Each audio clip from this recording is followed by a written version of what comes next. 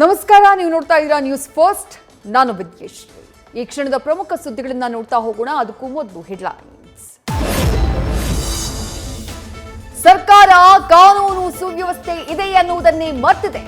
ರಾಜ್ಯದ ಶಾಂತಿ ಕಾಪಾಡುವಲ್ಲಿ ಕಾಂಗ್ರೆಸ್ ವಿಫಲವಾಗಿದೆ. ಚನ್ನಗಿರಿ ಲಾಕಪ್ ಡೆತ್ ಕೇಸ್ ಬಗ್ಗೆ ಬಿಜೆಪಿ ರಾಜ್ಯಾಧ್ಯಕ್ಷ ವಿಜಯೇಂದ್ರ ಕಿಡಿ.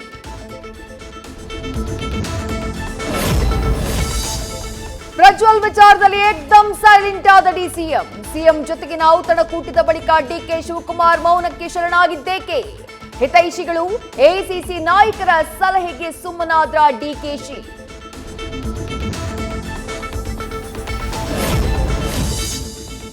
ಹೆಬ್ಬಗೋಡಿಯಲ್ಲಿ ನಡೆದಿದ್ದ ರೇವ್ ಪಾರ್ಟಿ ಕೇಸ್. ನಟಿ ಹೇಮಾ ಸೇರಿ ಡ್ರಗ್ಸ್ ಸೇವಿಸಿದ್ದ 86 ಮಂದಿಗೆ ನೋಟಿಸ್.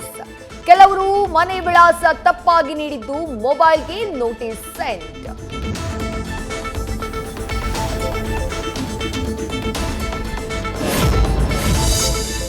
ಬೆಂಗಳೂರಿನ ಸುಬ್ರಹ್ಮಣ್ಯಪುರ ಪ್ರಬುದ್ಧ ಕೊಲೆ ಪ್ರಕರಣ. ಪೊಲೀಸರ ಕಣ್ತಪ್ಪಿಸೋಕೆ 14 ವರ್ಷದ ಆರೋಪಿ ಮಾಡಿದ್ದ ಕ್ರಿಮಿನಲ್ ಪ್ಲಾನ್. ಎಲ್ಲೂ ಸಿಸಿಟಿವಿಯಲ್ಲಿ ಸಿಕ್ಕಿ ಬೀಳದಂತೆ ಟೆರೇಸ್ ಮೇಲಿಂದ ಬಂದಿದ್ದ ಆರೋಪಿ.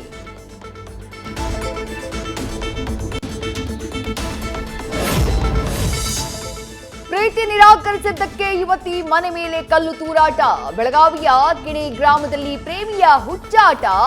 ಮದುವೆ ಮಾಡಿಕೊಡದೇ ಇದ್ರೆ ಹತ್ಯೆ ಮಾಡುವುದಾಗಿ ಯುವತಿಯ ತಾಯಿಗೂ ಬೆದರಿಕೆ. ಆರೋಪಿ ಟಿಪ್ಪಣ್ಣನನ್ನ ಬಂಧಿಸಿದ ಪೊಲೀಸರು.